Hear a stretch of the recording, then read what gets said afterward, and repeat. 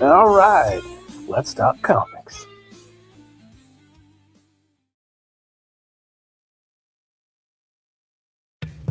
Hey, yeah, woo, yeah, it's Friday. Oh yeah, welcome. I will not sing my usual song that I usually do. I am not doing that this time. Very serious. Anyways, thank you everybody for joining me for another episode of the Creators Table. I know I've been slacking. I haven't been doing proper intros, but things are a little bit crazy with my job, with experimenting with new types of writing, and all that jazz. So enough about me. I'm my own favorite subject. So I won't get carried away. Let us welcome our first, oh, Jesus Christ. Welcome our guest tonight, the talented Carrow Brown. At the stage. There you are. Hello. Hello. How are you, Chris? I am well. Thank you. Thank you so much for coming on. No, thank you for having me. Thank you for fitting me into your schedule. Of course. It is a pleasure to meet you. I've seen you on X a whole bunch. Oh, I'm sorry. And oh, don't be. I will say though, I have gotten so worried when you post your little like after you've worked out or you've gone on a hike or something and your face is beet red and I'm like, it's 120 degrees outside. I actually have a skin condition. Like, this sounds so funny. So I don't have thin skin, but I actually have thin skin. So when my circulation starts to surface, like my face just turns beet red. Walking down the street, beet red face. Thinking about something, beet red face. It doesn't matter, right? So when I was in the military, they used to be kind of like, "Are you okay?" It's like, I'm perfectly fine. It's like, "Okay, but your face is red." It's like, "I'm fine. It's okay. It's okay, guys. It's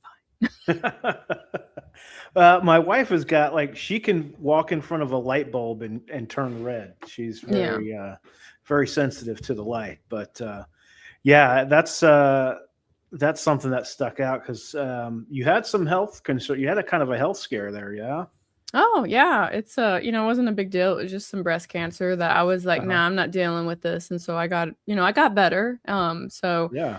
That was something that developed last year, and I had surgery in January to remove the cancer, and then I had reconstructive surgery after that, and I've just been slowly on a progress of getting over it and getting my limbs back. Although, as I say that, if you take a look at this shoulder over here, the surgery affected. Yeah, the surgery has affected that shoulder. I can't lift this elbow up. Oh wow. Yeah, that's interesting.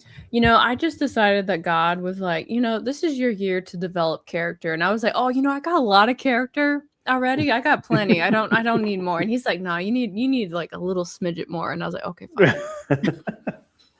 Well, it's I'm glad to hear things are good, and obviously you're on the mend. You look very healthy, and anyways.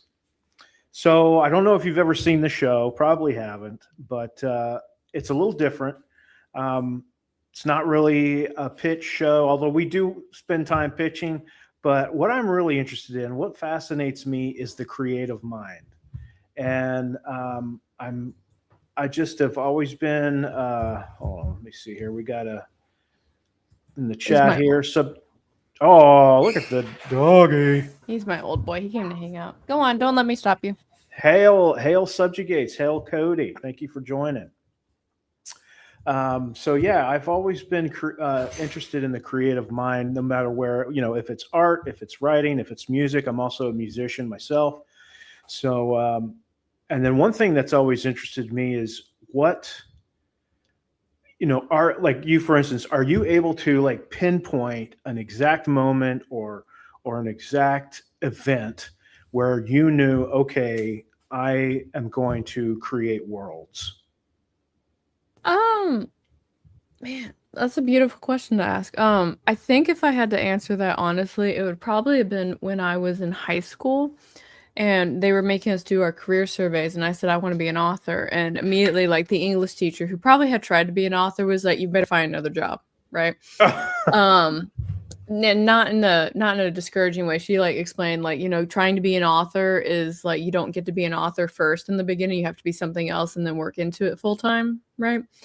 Um so probably in high school is when I considered being an author, but I didn't actually try to like pursue it until like I was in my 30s. And at that time, I think I was just kind of fed up with like the books I was reading. And I was like, Mm. if I can write better, I'd like to write better. So like be the change in the world that you want to see. So technically when I was 16 and then officially when I was like 35. So Okay, so in that space between 16 and 35, were you, ex, you know, experimenting with writing at all, or creating in any form?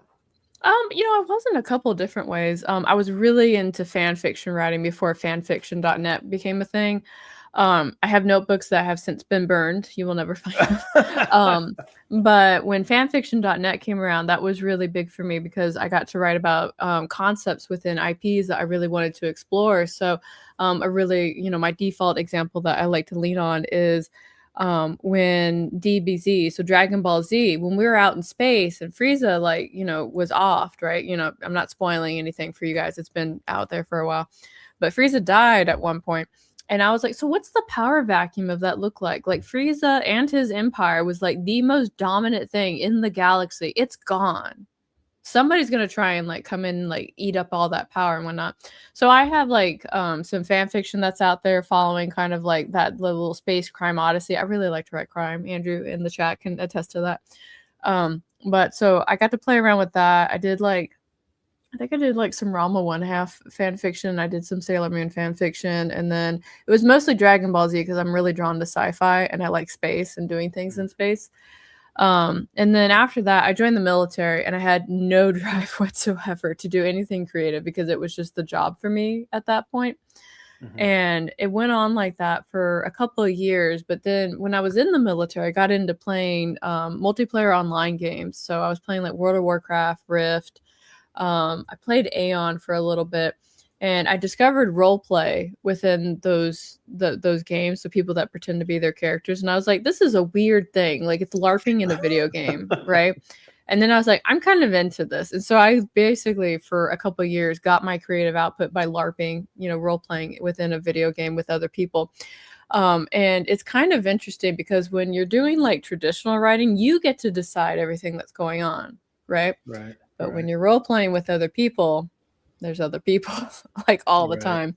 And sometimes they don't like things that you do and they have something to say about that. There's a lot of drama involved. Like I remember there was one game, it was called Age of Conan. It's the first one, there's a sandbox version of it. But so in Age of Conan, for a little while, I was the server's villain. I ran a cult. It was a very official cult. I had it very organized. It was the cult of Alkir, and our job was to find people who wanted to be lusty, who wanted to commit pain on others, and who were fascinated with death, right? And at first it just started off as like this side venture. It ended up taking over the server.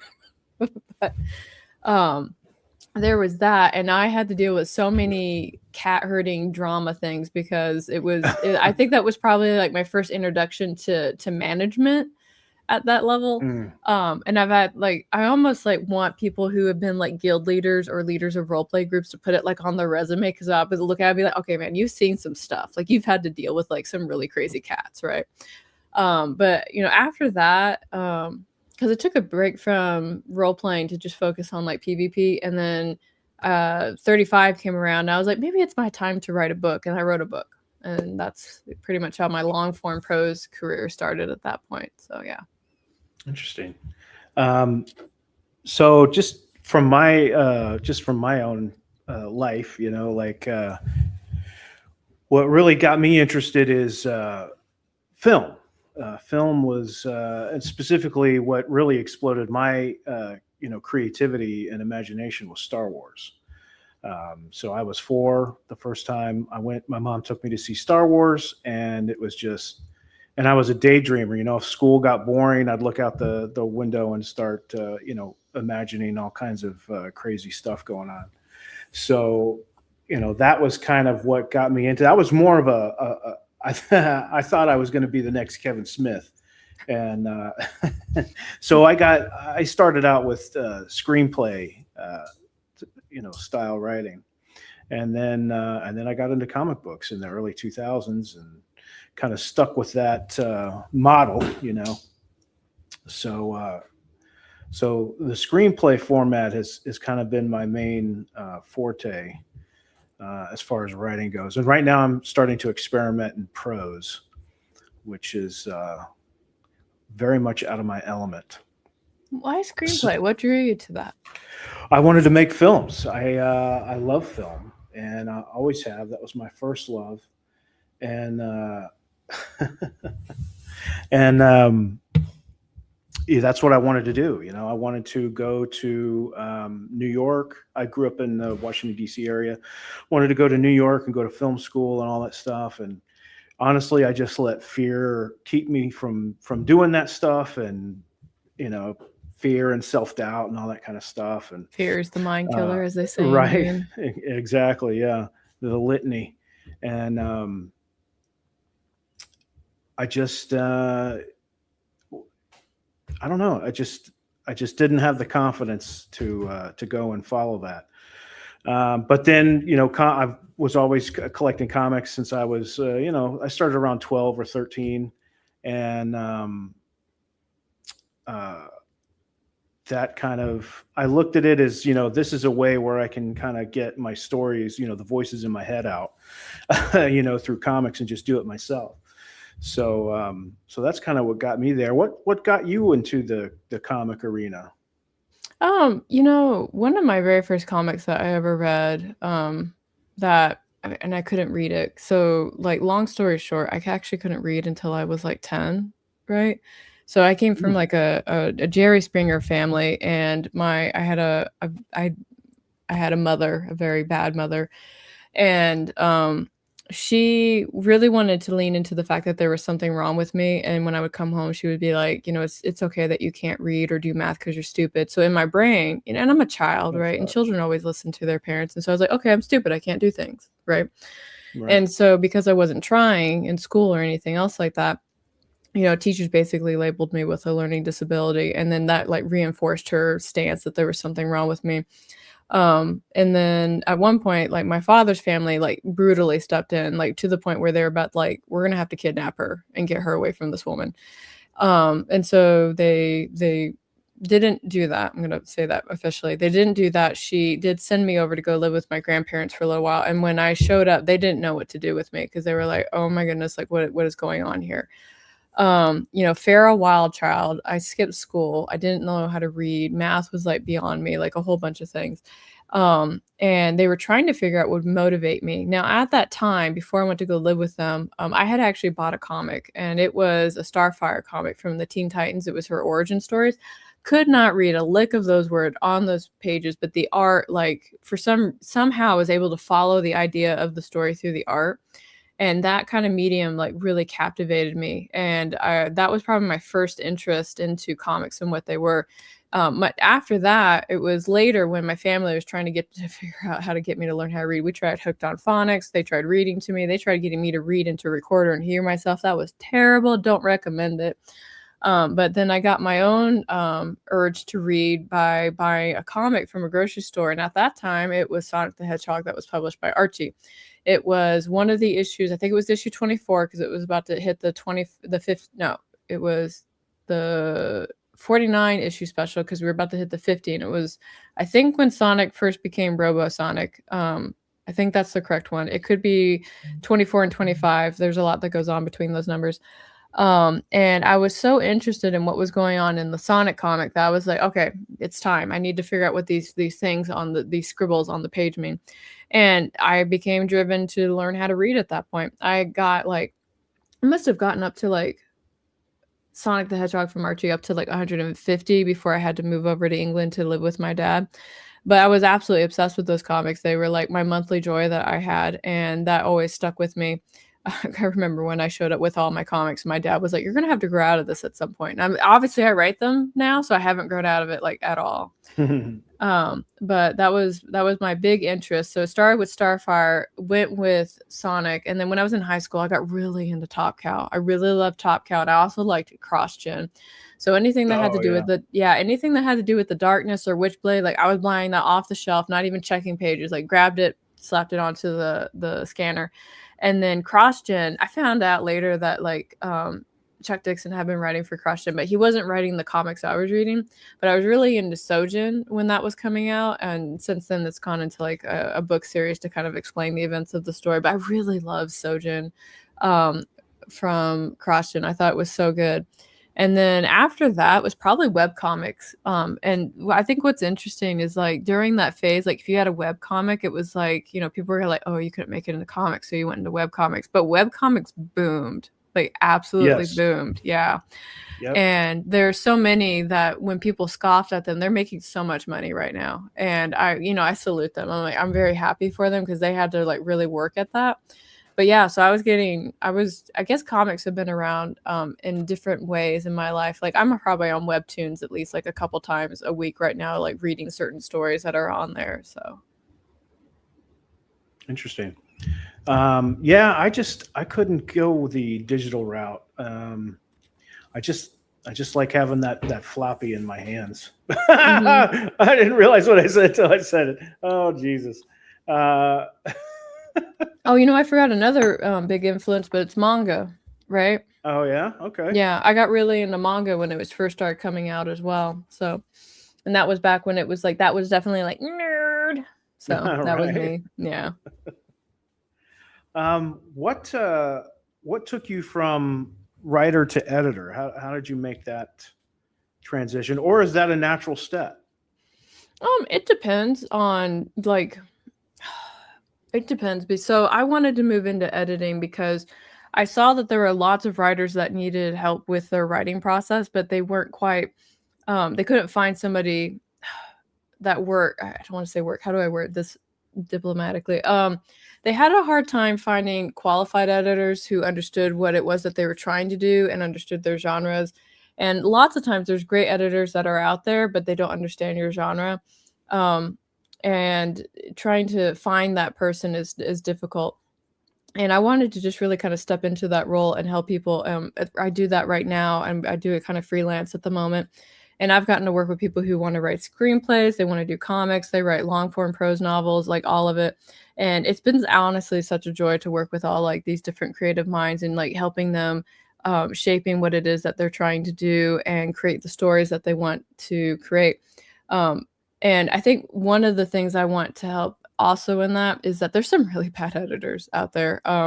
One editor that I had, she got on me because I wrote my very first book. It's called Queen of Swords and Silence. And in that book, I have a sentient sword that just wants to stab everybody, right? It's a knife. It wants to just cut people. Like, that's it. It's like, are we stabbing people today? Like, what are we doing? Like, I just want to stab people. And she pulled me into like this meeting and she told me, it was like, I just want to let you know that sentient swords don't act that way. And I was like, okay. Do you have one? Is there like one in the room with you? Can I talk to the sentient sword that you have? Because last time I checked, the sentient sword can act however I want, right? Right. At that time, she was very new. Like she was just, I think I was like her first to second editing client that she had with the company. And what she wanted is she wanted me to write the character how she would have written it. And so there's a big difference, when you're working with an editor like that, because it's a huge gap between this is how I would have written it and how you're trying to write it. And that's always like something I keep in mind when I work with writers and making sure that it's their vision that stays on focus and not something that I think how it should be written, like, because that's how I would depict it. Okay. What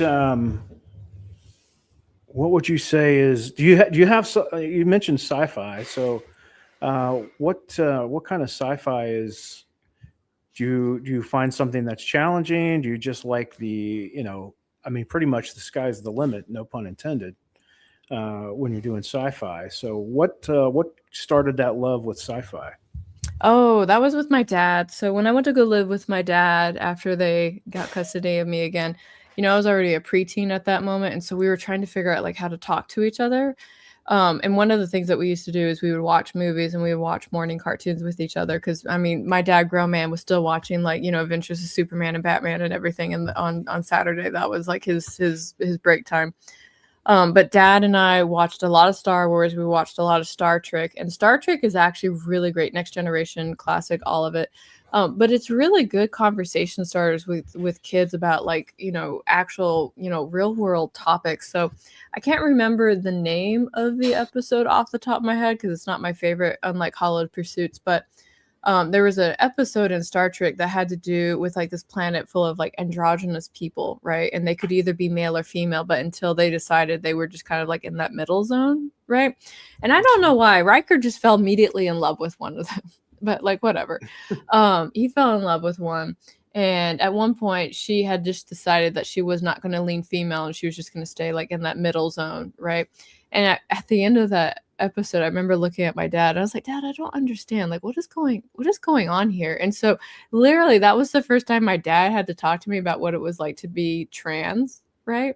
And about how there's people that can't decide which one they want to be. So they're like in this middle place and they're trying to figure it out. And, which way they go isn't really, for us to decide, as so long as it's not like not hurting anybody. This happened in like 2001, right? Mm-hmm.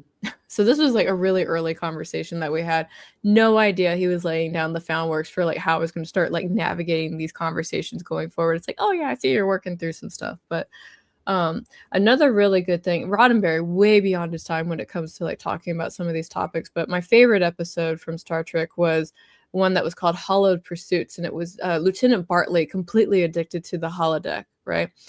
And I used that when we talked about addiction to escapism because I went to school later on to work in psychology.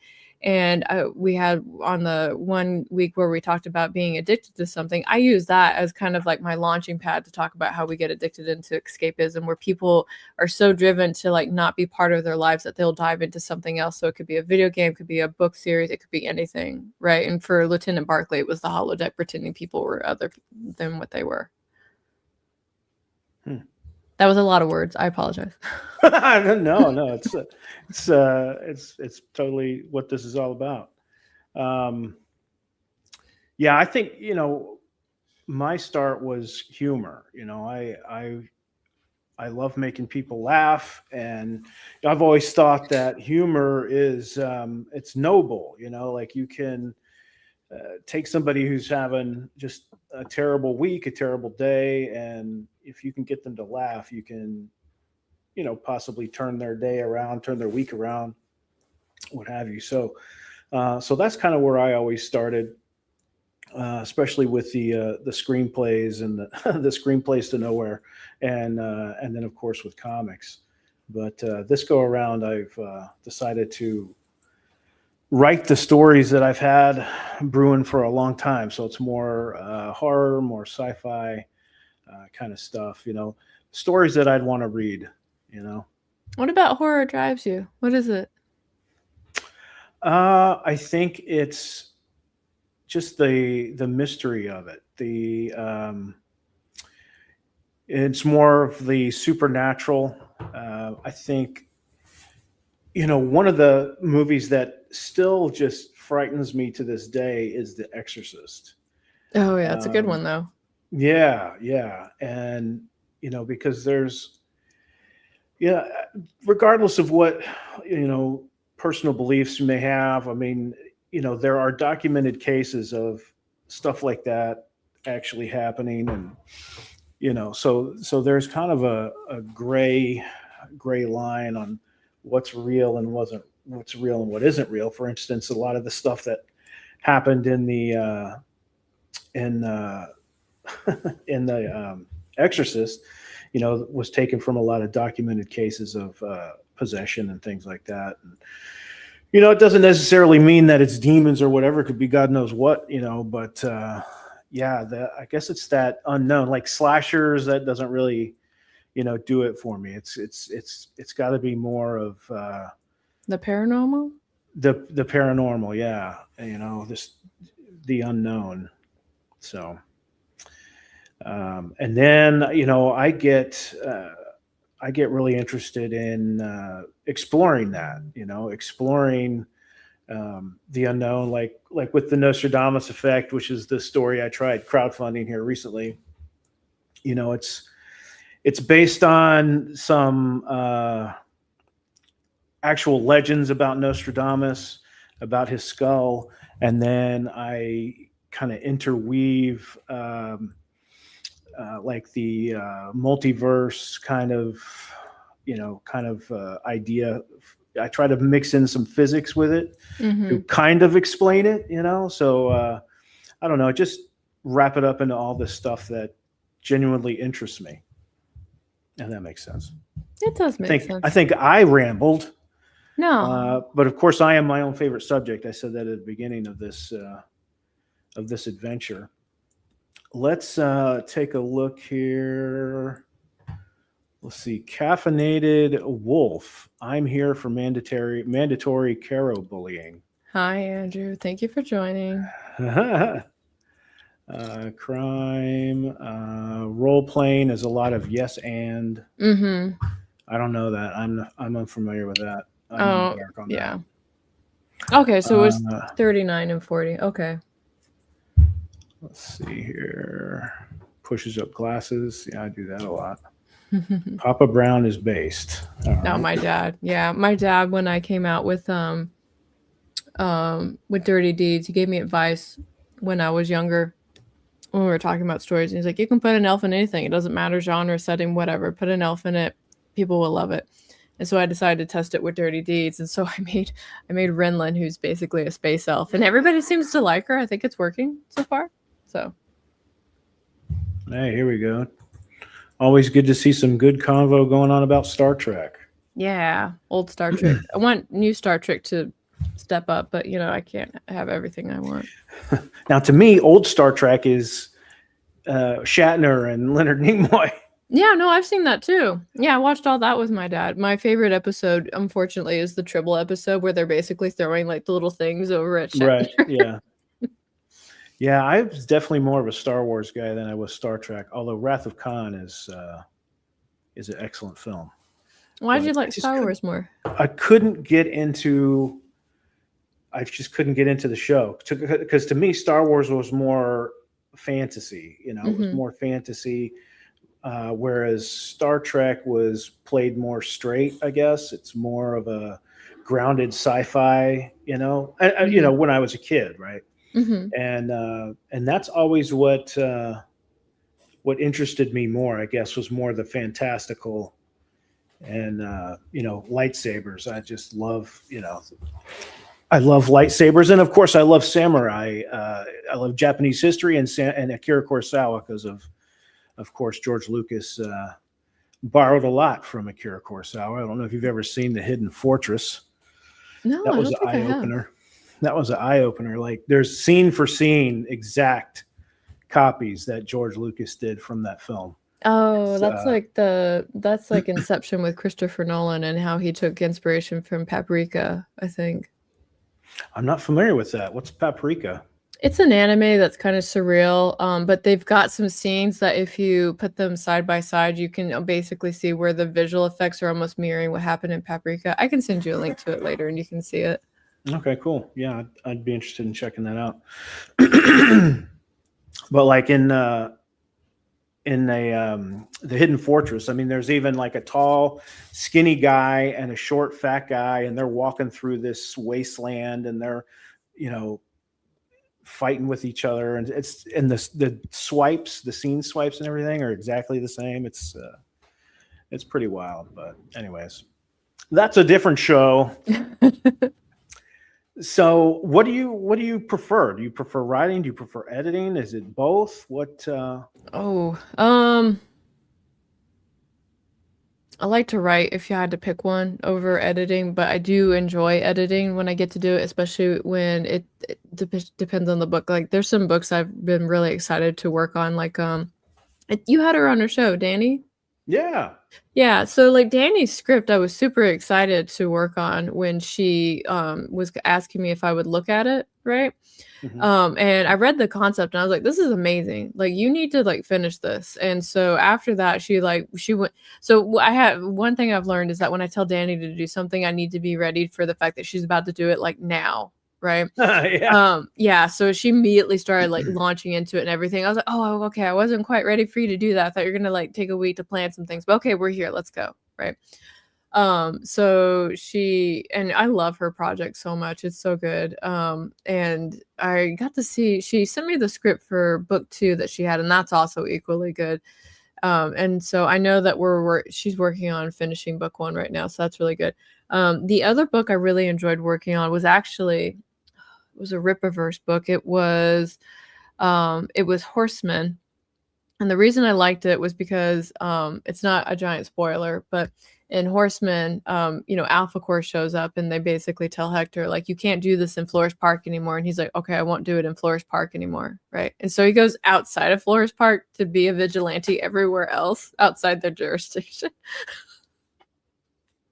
So I thought that was funny.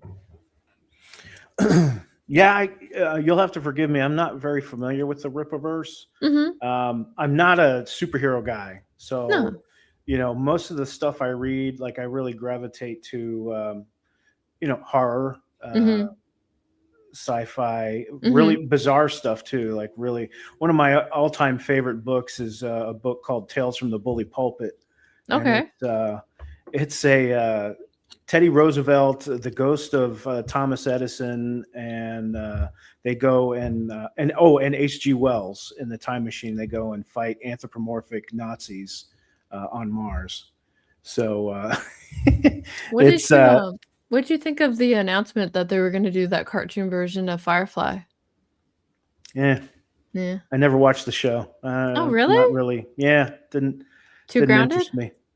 I don't know. It just didn't do anything for me. Seemed kind of Star Trekky, kind of I don't know. It just didn't pique my interest. Um, yeah, I think I was. When did that come out originally? Was that in the '90s or was that? Mm-hmm. Yeah, it Yeah, came out in the like 1990s, but was like really badly promoted. And then when they did the episodes, they did them out of order as well. So I'm not sure what Whedon did to make the studio upset with him, but they were upset with him and they were just purposely like sabotaging him. And then they would slot the show against other popular shows, so people had to choose between one or the other. And then at the end, they're like, "Oh, you didn't get the views, so we're just gonna have to take it down." So yeah, I don't know. It just didn't grab me. I was more interested in like X-Files type stuff back well, that's good too. I liked X-Files. then. But what the hell was I saying? Well, so you talked about sci-fi and horror. Oh yeah, what I read, what I gravitate towards. Yeah. I tried to like one thing. I saw an image. I saw somebody had posted like a pinup or something of Blood Ruth, I think is the name of the character, Mm-hmm. and I thought that looked really cool, looked really different. So I went and checked it out, and I read the synopsis, and I felt kind of lost. So Mm-hmm. I don't know. I felt kind of like I missed the train on that. But anyways, I mean that's just me. But like I'd say my favorite book right now is one called Horace H. Hoover. It takes place in the 20s, and it's about a supernatural detective. His head is a canister vacuum. Oh, that's So fantastic. I have to look it's this up. yeah. So that gives you kind of an idea of what I gravitate towards. Bad Idea has been putting out a lot of great stuff. One of my favorites from them was Oddballs Oddities, and that's just another like acid trip of a story. So Oh, have you looked at any of like the Japanese stuff then if you lean towards that? Because they do a lot of I don't want to call it bizarre, but they definitely do kind of like that fringe stuff. No, I haven't. I haven't. I've not been a big fan of the like the manga style art. Um, Although it's not quite, it's kind of different from when I was in my 20s. It was all kind of the big bovine eyes and Mm-hmm. kind of speed racer looking stuff. I know I was into that one book, The Immortal, I think was the name of it. Mm-hmm. It was kind of a Ronin type character. I thought that was pretty decent. Yeah, who But couldn't die. Yeah, I remember that yeah, one. yeah, yeah. Yeah, I remember that one. You might like some of Ito's work. I'll shoot you a link to it. But it's I think if that's the kind of stuff that you like to lean into, that's really good. I know the art style can throw some people off, and in some cases I have to overlook it because I want to listen to the story, or not listen to it. Hmm. I'm sorry, I want to read the Oh, story I know more. what you mean. Yeah. Yeah, so but I'll see if I keep I'll go through some of my stuff and see if there's anything that might catch you on that, because there's some good ones out there. What? Tell me a little bit about this. I've seen you post a few times about this. Oh, what the hell is it? It's a charitable thing about donating comics, or is it any kind of reading material Oh, for Tales of kids? Twisted Right? Ravens? Yeah.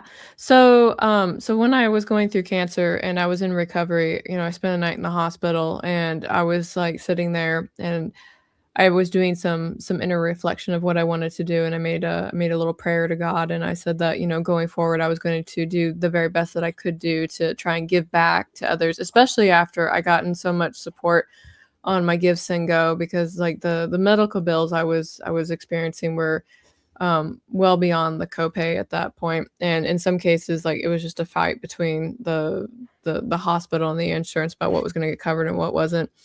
So I started a company. It's called Little Lanterns Comic, and the purpose of Little Lanterns Comic is to make comics for charities to help them make money. So the very first one I made is called Tales of Twisted Ravens, and I'm partnered up with a charity on that one, in Chicago, called Comic Books for Kids. And what they do is they bring comic books into hospitals and cancer centers that children are receiving treatment to.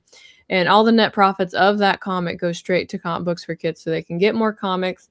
They can reach out to more hospitals and basically get more staffing that they need in order to, get those books out faster. There's a couple other charities I'm working with right now. We're in talks right now. One of them, I won't name it at the moment, but one of them is assisting battered women. And so what I want to do with them is I want the women in the center to make the comic together, and then I'll go through and do like any editing that might be needed on it, and then we put that into production, and then they can have this comic that they made together and then help make money for themselves as well. So Oh, nice. yeah, so I'm working on that. And there's two other charities that I'm trying to court, but the thing is, like, when you work in like that space, everybody wants money from you. And so they're all kind of Mhm. like, I don't know what money you want from me. And I'm like, no, I'm trying to give you money. Like, I'm trying to help you make money. Mhm. That's what I'm trying to do right now. So Interesting. Yeah. Let's see here. You can read Dirty Deeds #1 without needing to know a thing about the rest of the mainline Rippaverse. It stands very well on its own in a ahem vacuum. get out, Andrew, get out. Oh, wonderful idea. Yes. So let's see. What is one thing that if someone comes up to you, they say, "Oh, I've got great ideas for a story. I want to be a writer." What kind of advice would you give them? Oh, just start writing. Just write. Don't get too lost in the weeds. I say that, but there are certain people that do like to get lost in the weeds. They like to overplan and like get everything down to like the minutia details. But the best way to write is just to write and then edit and do what you need to do after that. After that, I would say research anything that you're not super familiar with. And I just say that because I have, encountered some works where, like, trying to think of a good example that I had lately. I had an example where somebody was writing about a person that got into a car accident, and then after the car accident, like they went home from the hospital. I was like, normally they keep you overnight for observations, especially if you have a concussion, because they want to make sure that you don't have internal bleeding. There's CT scans, like all kinds of things. And so all I did was lightly mention that, and it's like, if these are things that you can do, but research stuff like that. Somebody else I knew was writing a crime procedure, and they wrote a thing about something that involved CSI, and I was like, you need to go talk to some people about CSI, because I know for a fact that this is not how they usually operate. And the only reason I know that is because I had to research it at one point. But yeah, so write, research, repeat all of that, and then when you're done writing something, write something else. So that would be my general advice on that. Okay. What and I got to imagine that being an editor and your time as an editor, that it's got to have changed the way you write. Is that a fair thing to say?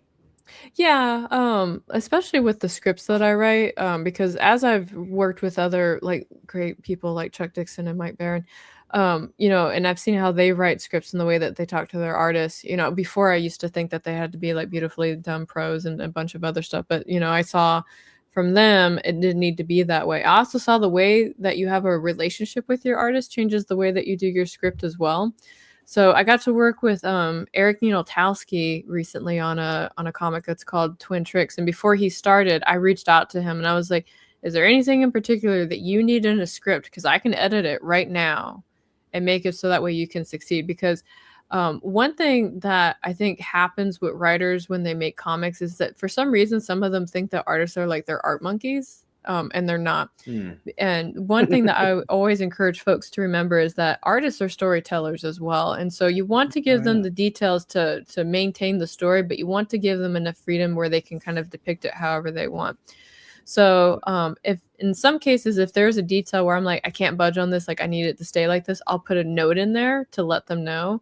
But otherwise, if they go and do something else, if it looks good, I'm going to say yes. Right.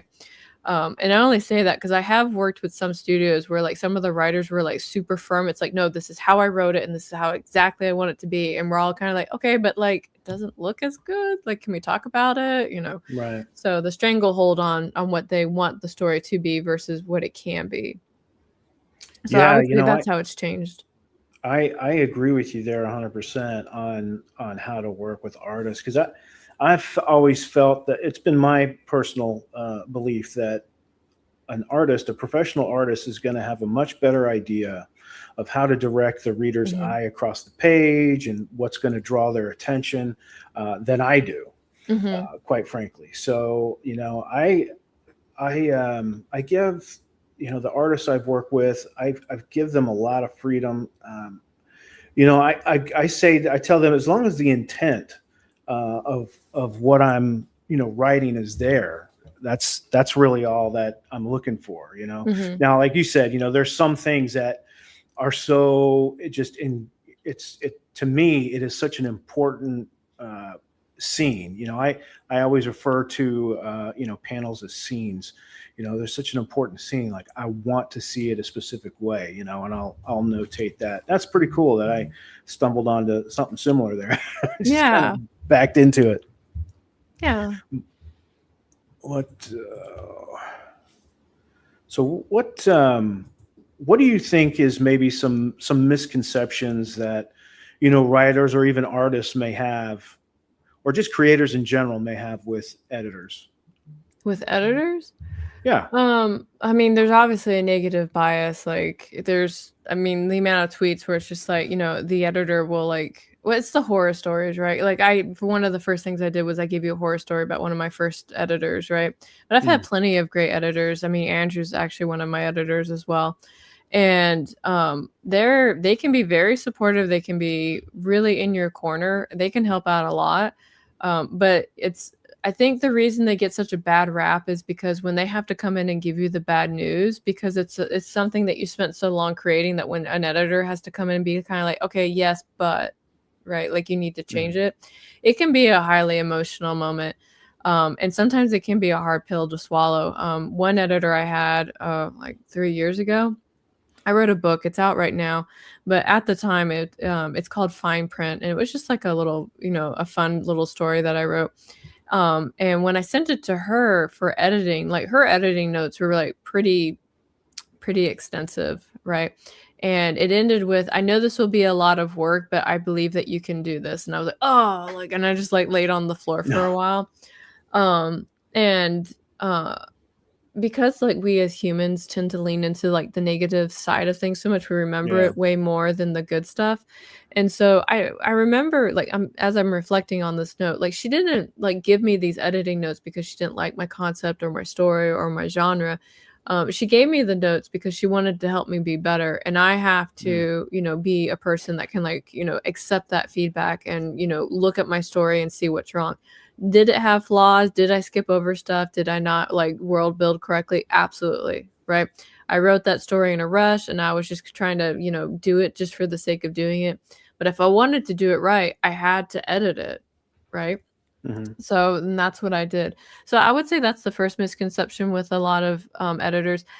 The second misconception, and I'll be completely honest, is that there's a lot of editors that are not qualified to be editors at all. They should not be editors. There is no editing school. There is no Right. formal, there's no certificate you get, right? There's literally no qualifications. But at the same time, there's none of that to be a writer either, right? And Sure. one of the things that I always enjoy is that when somebody tells me that they wrote a book, I'm like, oh, what did you get an editor for that? And they're like, well, I have an English degree, so I don't need an editor. It's like, oh, yes, you do. Yes, you do. Yes. Everyone at some point needs some kind of editor. But that, I would say that was the two misconceptions. So, and the reason I mentioned the qualification thing is make sure that you vet the people that you decide to work with to edit for. You know, this week, you know, because I advertise that I edit right now. And so when people come into my DMs, they're always like, they'll ask, some of them will verify. They'll be like, well, can I see your experience? Can I see some of your past edits? They want to know that I'm good at what I do, or that I'll do what they need me to do. I have no problem doing that at all. Like, for sure, if I'm going to do something for you and you are going to pay me, you are within your rights to make sure that you are getting every cent that you are giving me. So, yeah. Now, with your time, and this is one thing I'm curious about, your time in comics, in the comic industry here, has there been something that has surprised you in a positive way? Like, you know, some positive benefit or experience that has come about that you just didn't expect? You know, it's been the excitement that I think surprised me the most because you know, I told you earlier that my dad was, you know, when he saw like my Sonic collection and all my manga, he was like, "You're gonna grow out of this at some point." And so for a while, I thought it was really just me that was like super excited for like these types of stories told in this medium. And then as I kept working it, I kept experiencing more people who either wanted to partake of it or be part of it or support it. And that enthusiasm for that form of storytelling, I think has always been very energizing. When I see people showing off like whatever like their Wednesday pull is, and you know, listening to them talk about like how much they loved a story, like that's really that's good for me because I really like seeing that people enjoy this medium, because so many folks try to tell me that comics is like a dying industry, and I'm like, I don't think it's a dying industry. I think it's just in the middle of like a transition, probably not the best word, but it's metamorphosing into something new and something different right now. And the market is probably just struggling to figure out like what it's becoming and how it can be part of it and how it's going to keep, you know, moving forward. I mentioned earlier about how there was web comics. The traditional industry wasn't really ready for web comics because it did something very different. It had stories that were coming out on a weekly basis. And the other thing was that it was online, so people didn't have to go into the store, and they weren't ready for like that ease of access. And I find that a lot of traditional places are often playing catch up with the indie creators, because indie creators are always being trying to find readers, trying to find how to talk to readers and get more readers with those readers.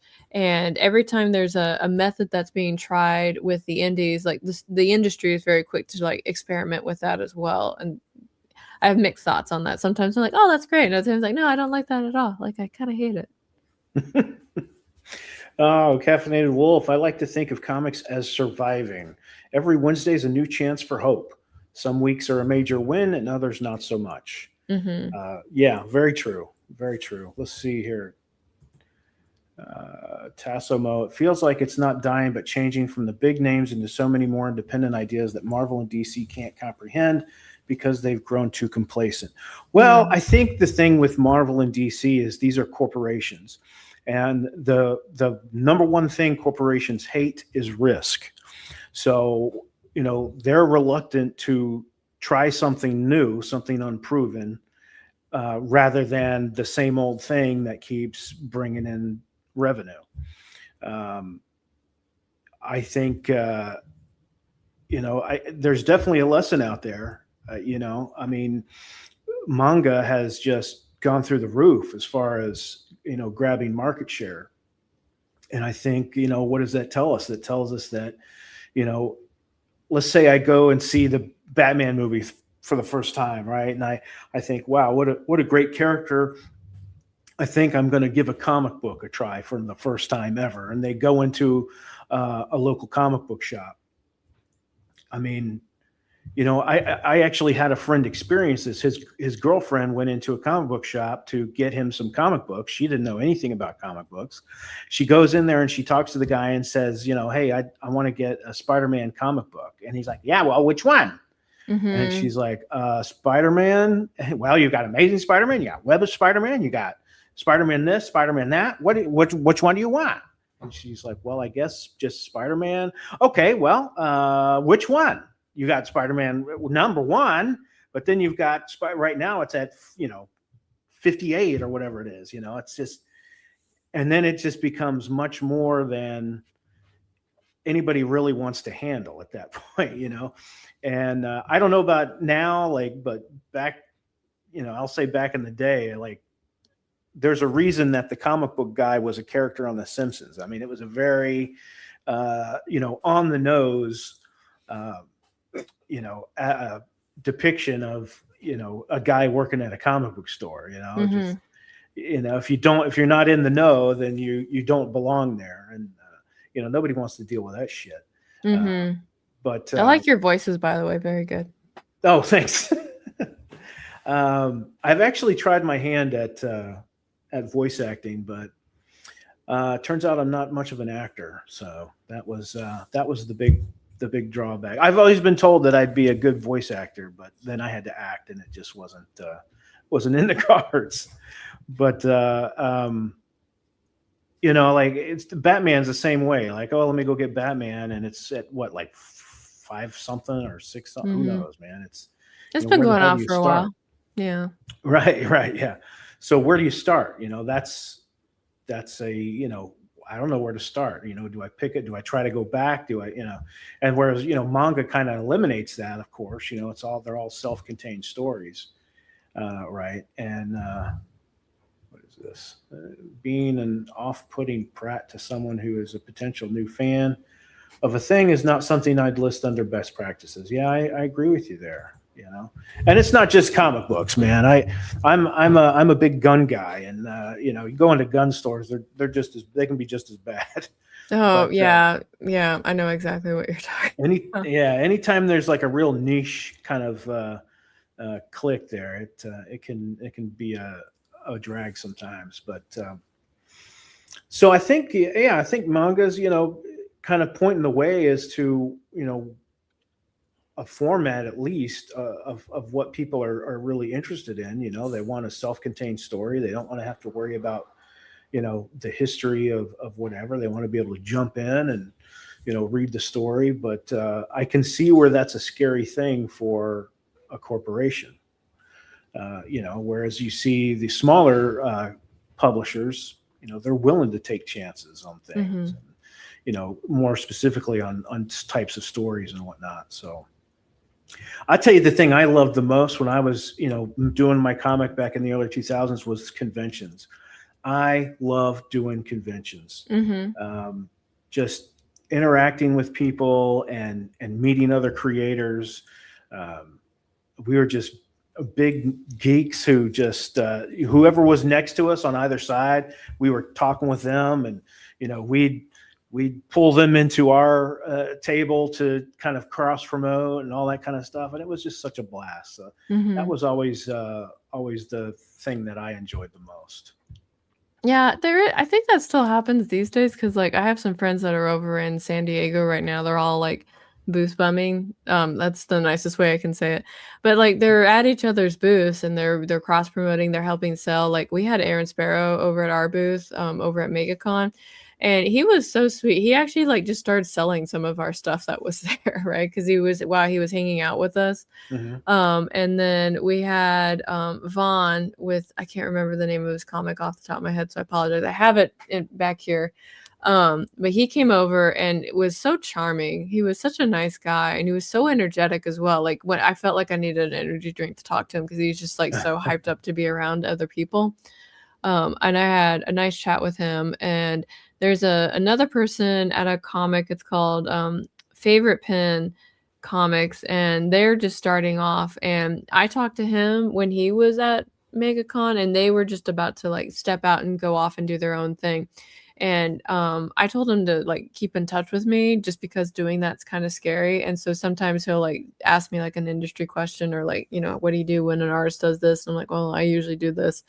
And I'm hoping they do really well because I mean, I really feel like the indie houses right now is probably what's going to carry on the comic industry because like you said, the industry, at least with the big two, like their business heads don't want to take risks right now. They want to stick with what's working and make sure that it keeps making profit for them, right?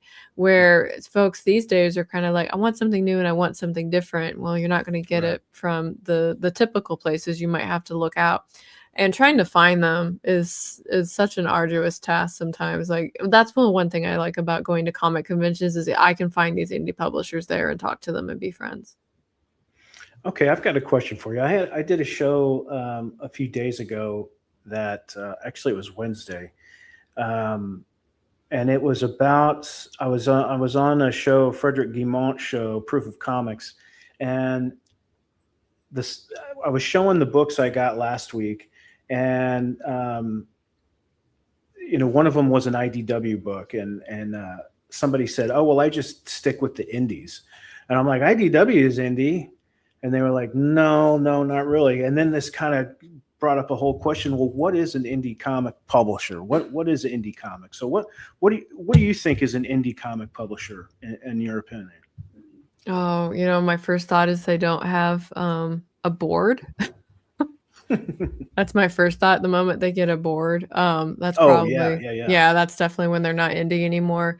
When they have, I want to say if they have too much infrastructure that they can't pivot at any moment, because that's the one advantage that indie publishers have is that they can always pivot. Traditionally, it used to be like they were small, like it was just a one-man crew kind of thing. But like I've noticed that more indie publishers are really just self-contained, like they've got like a team of 5 to 10 that work with them. And that's really kind of it. And you got me thinking about it now because hello. Yeah, I'd say if I had to do a qualifier, it would be those two things for sure. After that, I think it gets into the weeds for sure about what makes them an indie publisher and what makes them not. Frederick Guimont, as I live and breathe, my boy. Thank you for coming and checking out the show. Frederick has his own book called Rattel that he has crowdfunded and is fulfilling soon. Oh. And great artwork, a great story. Can't wait to get it. And he does a show on Tuesdays called Proof of Comics. It's kind of a hangout. Sometimes they have another creator on there who's pitching their book or something, or sometimes it's just a hangout stream. And great show, great guy. Definitely check him out on X and YouTube. So glad to see Frederic here. What were we talking about? We were talking about indie publishers. Oh, yes. And what is an indie publisher? What is it to you? What is it to you?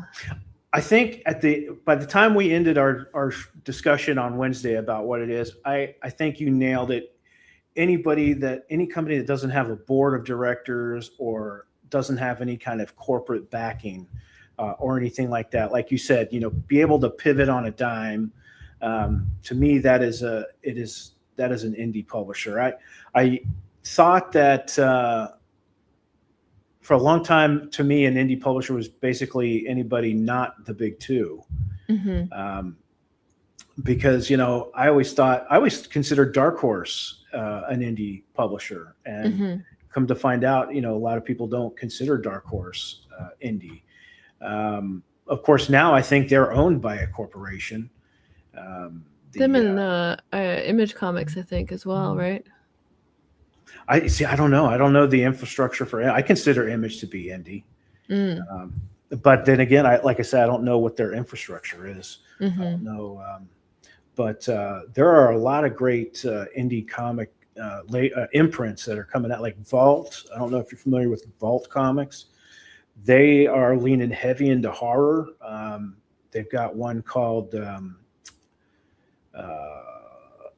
Excommunicated. That's a good one.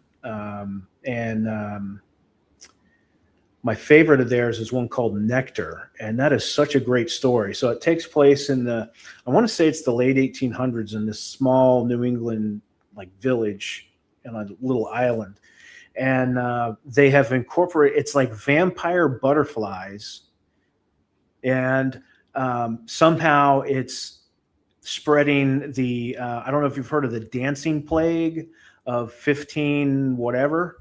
It was an actual thing that happened, right? Yeah, And they've incorporated that. That's happening in this little island village, and it's, oh my god, it's so good. The art's great. You said it's called Nectar? Nectar, yeah. The story is unique, and yeah, it's been great. Like I said, Bad Idea has been putting out hit after hit for me, but. So yeah, so my basically my idea of what is an indie publisher is just like that, just what you said. No board of directors, no corporate backing. You got one person running the show, maybe has a stable, if you will, of people that draw and color and letter and what have you. Excuse me, write. But there's one person kind of doing all the behind the scenes stuff. So I think we are of a mind there. Let's see, what is Dark Horse got bought, and then the parent company shut down Dark Horse's publishing wing. Oh, really? I know they fired the guy who created Dark Horse. Like, he sold the company, they kept him on, and then they fired him like a year later. But I didn't realize they stopped publishing. Holy crap. Oh, their Nectar's pre-order is on a pre-order on Amazon. It's coming out in August 4th. Well, I'm just gonna go ahead and do that. All right, that will be mine soon.